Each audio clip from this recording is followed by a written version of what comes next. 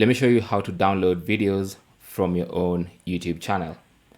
So go to youtube.com and sign into your account, and then you want to click on your profile icon and then select YouTube Studio, and that should open up your YouTube Studio.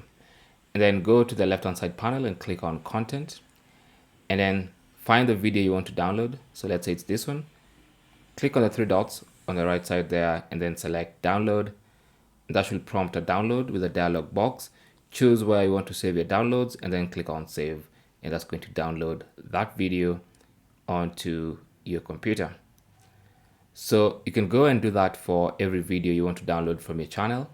Unfortunately, there's no way of downloading multiple videos at the same time unless you want to download everything from your YouTube channel. There's no way of selecting multiple videos and having them downloaded. You have to kind of do it one by one. But then, of course, if you wanted to download all your YouTube content, you can do that. That's another video which I'll link down below. Anyway, thanks for watching and good luck.